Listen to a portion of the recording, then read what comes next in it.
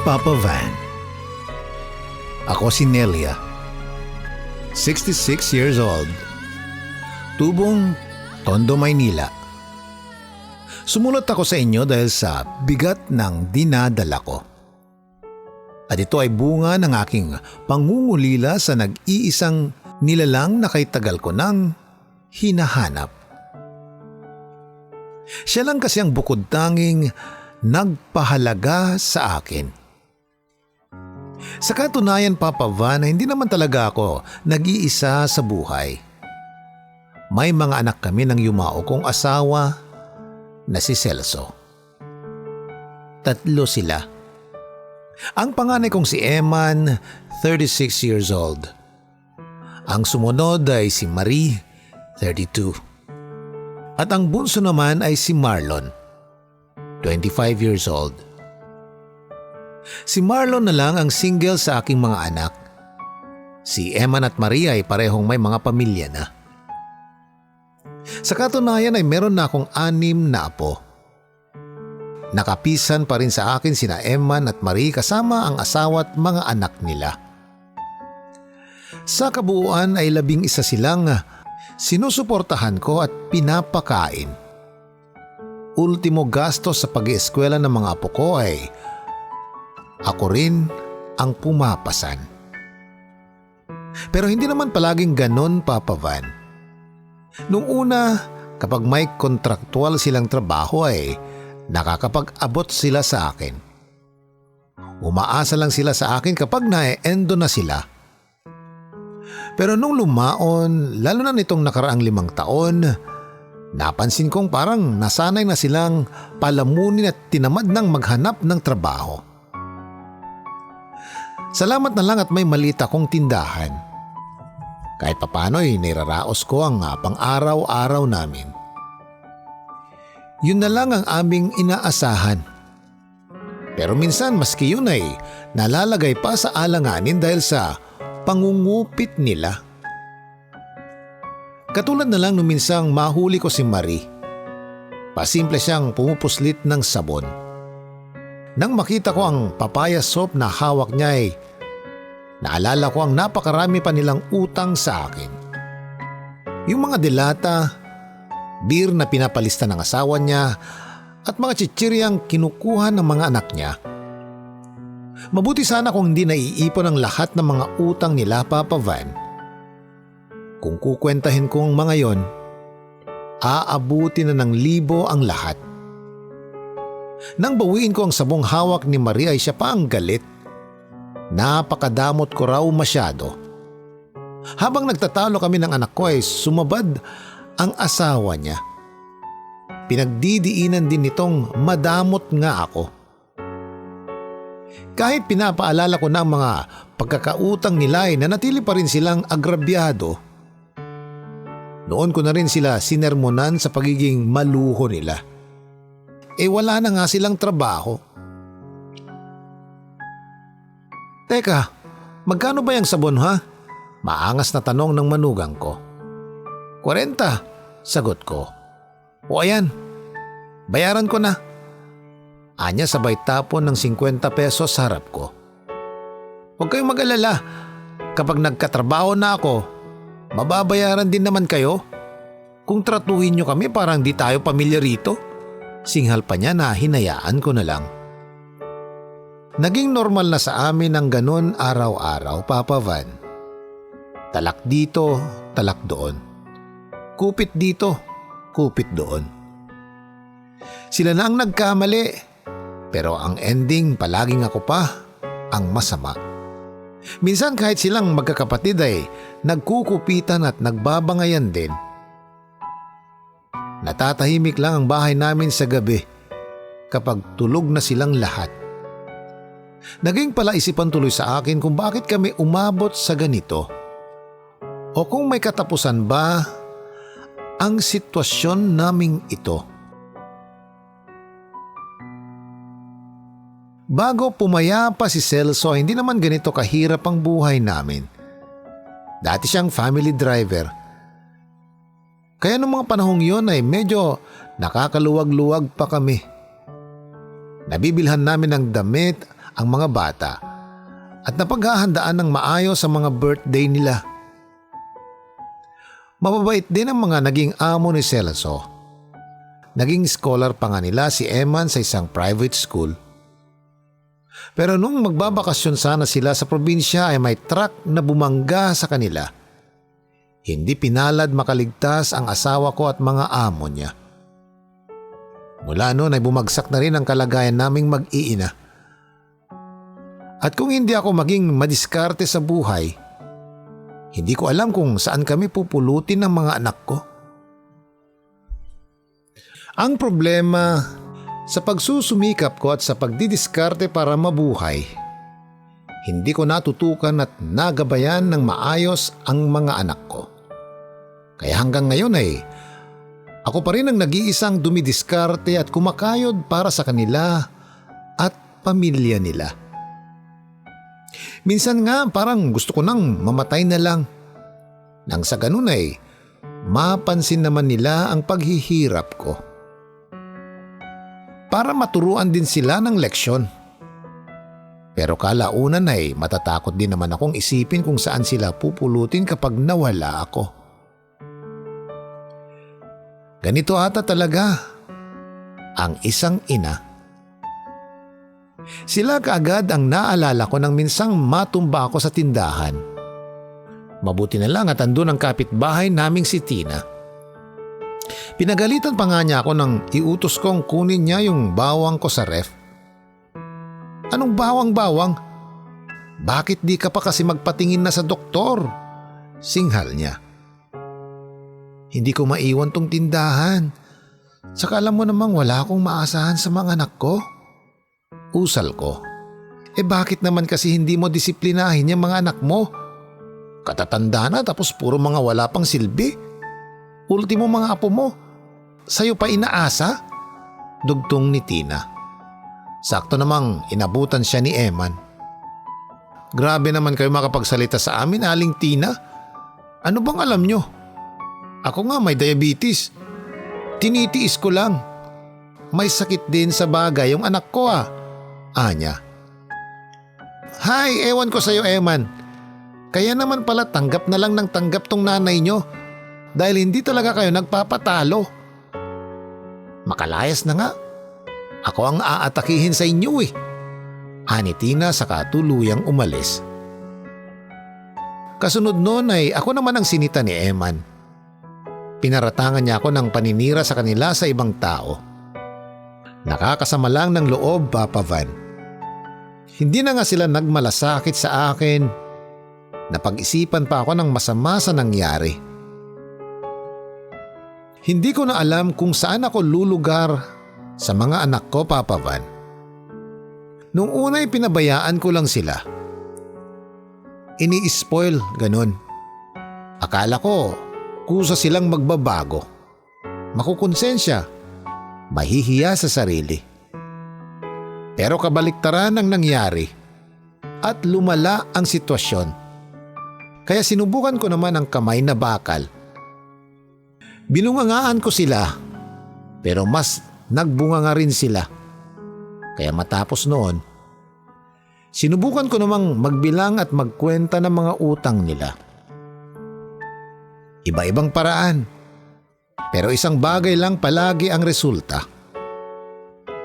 Habang lumilipas ang panahon, mas lalong lumalayo ang mga loob namin sa isa't isa.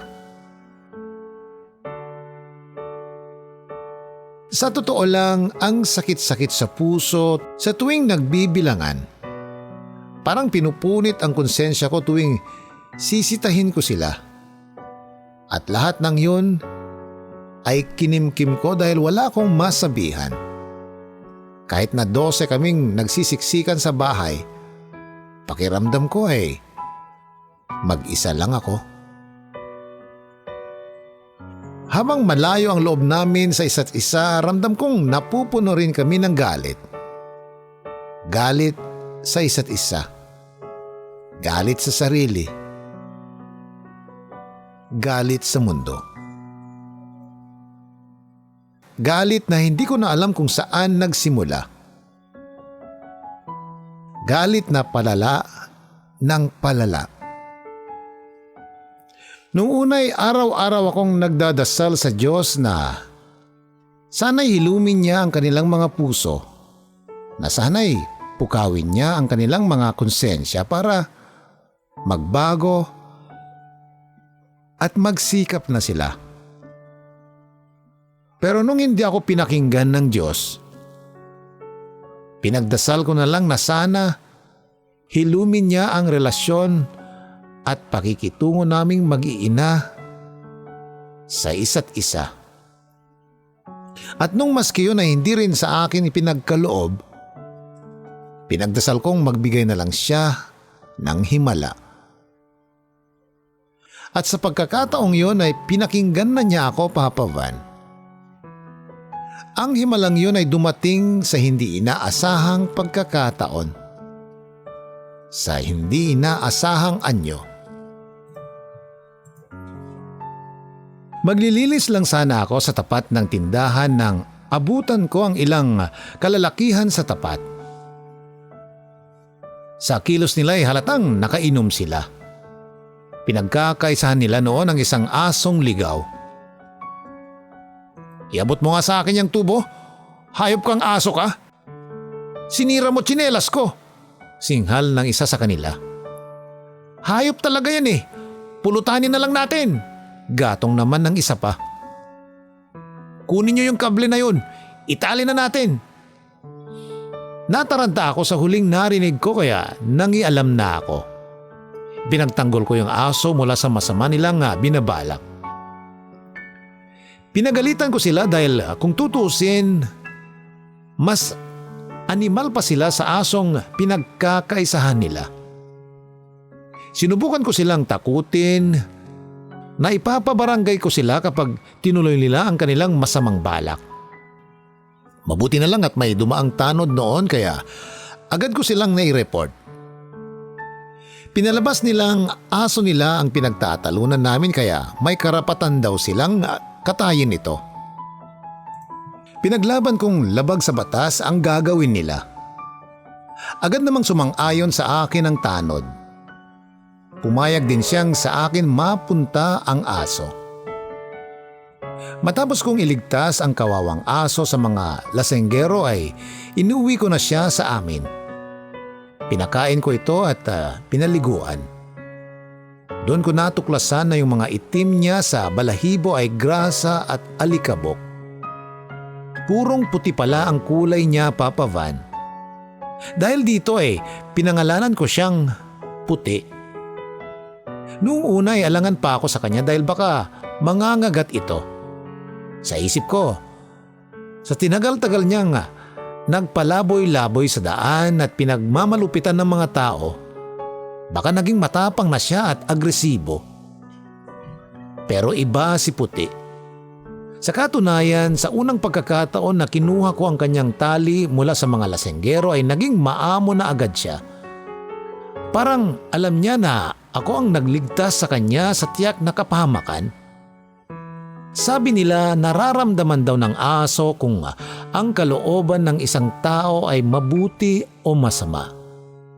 Kapag mabuti ang kalooban mo ay maamo din sa iyo ang aso.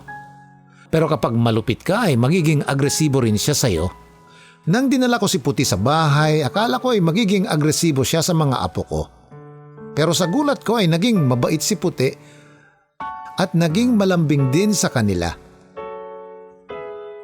Noon ko na nga naisip na baka si Puti na nga ang pinadala ng Diyos upang ipaalala sa akin na huwag akong magpapabulag sa sama ng loob, lalo na sa mga anak ko.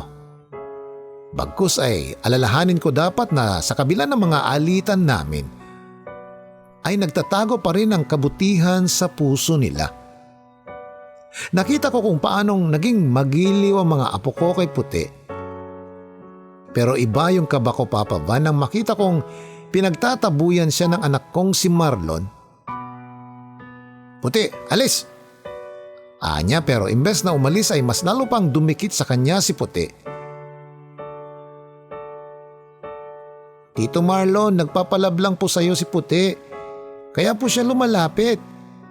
natatawang depensa ng aking apo kay Puti. Dahilan para matawa na rin si Marlon. Sa wakas ay parang dininig ng Panginoon ang panalangin kong magkaayos kaming mag-iina. At yun ay dahil nga kay Puti. Bagamat mailap pa rin kami sa isa't isa ng aking mga anak, kahit papano ay mas tumahimik naman na ang bahay, Papa Van. First time kong makalimutan na 12 kaming nagsisiksikan sa bahay. Na kung tutuusin nga'y dapat mas umingay at sumikip pa sana dahil sa pagdating ni Puti. Pero hindi, Papa Van. Dahil parang itinaboy ng kalambingan at kagiliwan ni Puti ang mga mabibigat na elemento sa bahay.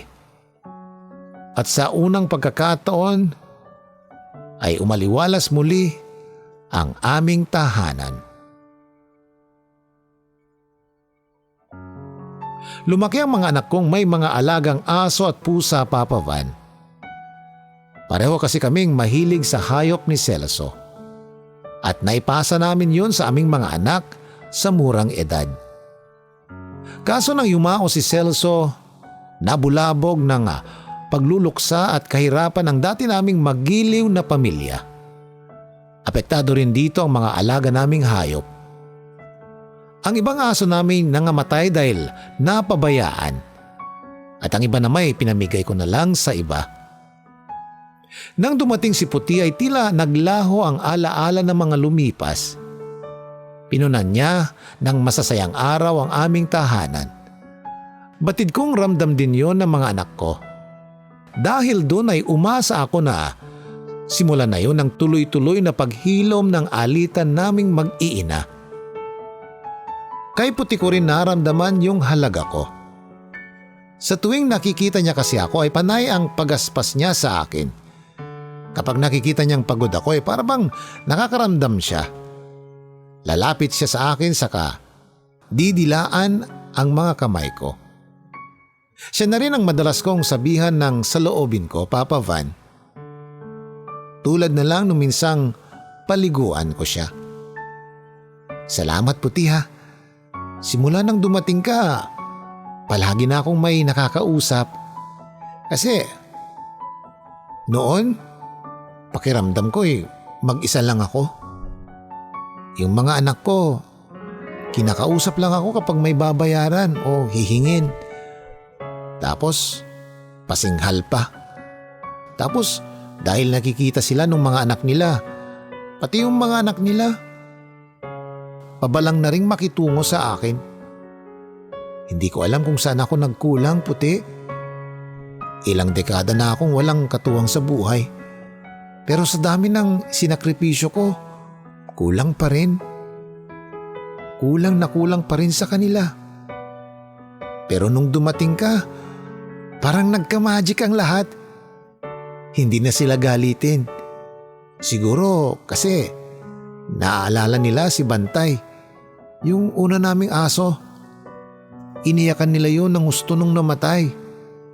Kwento ko. Habang sinasabon ko siya ay may nakapa akong malapit sa tenga niya. Puti, ano to? Hala, ang laki nitong bukol mo ah. Nang subukan kong diinan ang bukol ay naiyak si Puti sa sakit. Parang may kurot akong naramdaman nang makita ko ang nakakaawang mukha niya kaya hindi ko na lang inulit pa. Habang abala ako kay Puti ay siya namang paglapit sa akin ni Eman. Humihiram siya ng 7,000, Papa Van. Gagamitin daw niyang investment sa papasukin niyang negosyo. Minsan na niya akong nahiraman noon ng 20,000 at wala ni 5 duling ang bumalik. Kaya hindi ko na siya pinahiraman ng umulit pa ito. Sa pag-aalala ko ay nabanggit ko kay Emma ang kondisyon ni Puti. Na plano ko sana siyang dalhin sa veterinaryo. Veterinaryo? Walang iya. Samantalang ako, ang tagal-tagal ko nang hindi nakakakita ng ospital. Tapos yung aso, simpleng bukol lang, ipapadoktor mo na kaagad. Singhal niya. Sa kabila ng pagkontra ng anak ko ay dinala ko pa rin si Puti sa veterinaryo. At yun nga, sa findings ay may tumor daw si Puti. Bukod doon ay nakitaan din siya ng maraming sakit dahil siguro sa pagpapalaboy-laboy niya ng matagal. Pag-inom ng maraming tubig at pagkain ng mga basura. Dahil sa takot ko ay pinaopera ko kaagad si Puti, Papa Van. Inabot ng 15,000 ang bayarin sa ospital. Nagsanla ko ng alahas at inilihim ko ang lahat ng yun sa mga anak ko.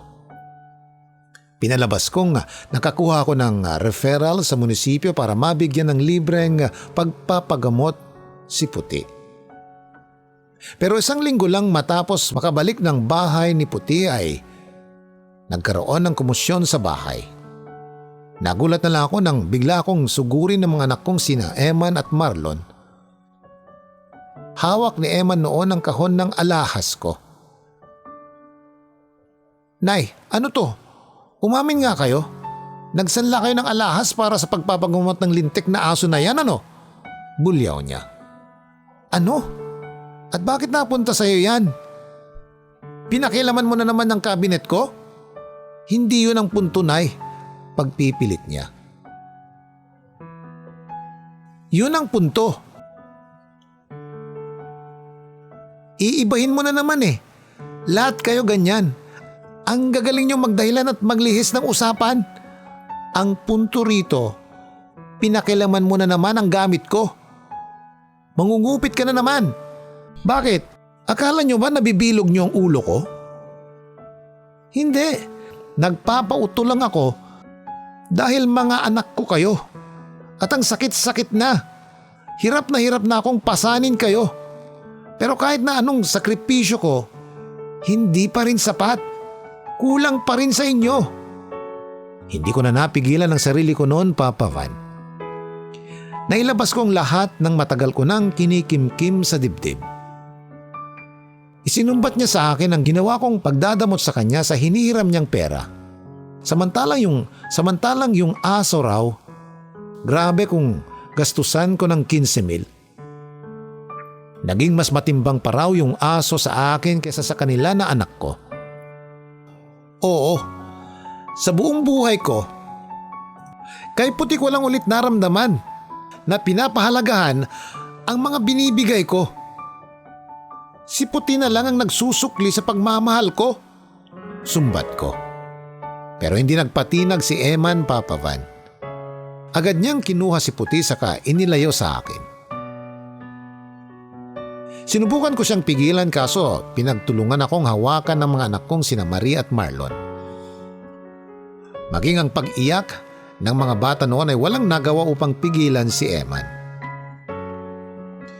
Iyon na ang huling beses na nakita ko si Puti, Papa Van.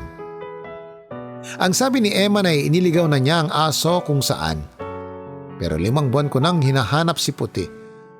Kung saan-saan na rin ako nakarating kaso hindi ko pa rin siya natatagpuan. Dahil sa depresyon ay huminang muli ang resistensya ko. Ngunit nilaksan ko ang loob ko.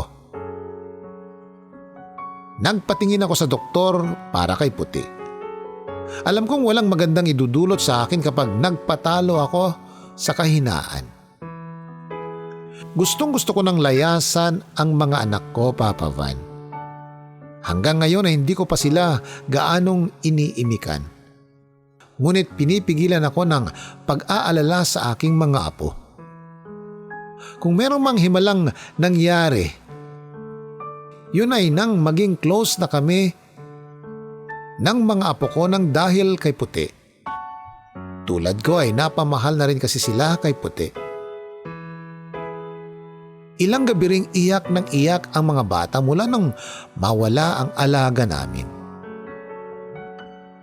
Hindi ko pwedeng pabayaan ang mga apo ko sa mga magulang nila, Papa Van. Hindi ko man mabago ang mga anak ko. Umaasa ako na sa mga apo ko ay maitatama ko na kung saan ako nagkulang sa mga anak ko. Nais ko na rin kunin ang pagkakataong ito na manawagan sa inyong mga tagapakinig. Papa Van, kung makakakita kayo ng pagalagalang aspin na puti ang balahibo, may collar na blue, may nakalagay na pangalang puti at malambing sa tao, sana'y ipaalam nyo agad sa akin. Umaasa pa rin kasi akong babalik pa rin siya sa akin. Maraming salamat, Papa Van. Sana'y makatulong ang programa nyo na makapiling kong muli si Puti. Lubos na nangungulila, Nelia. Minsan lang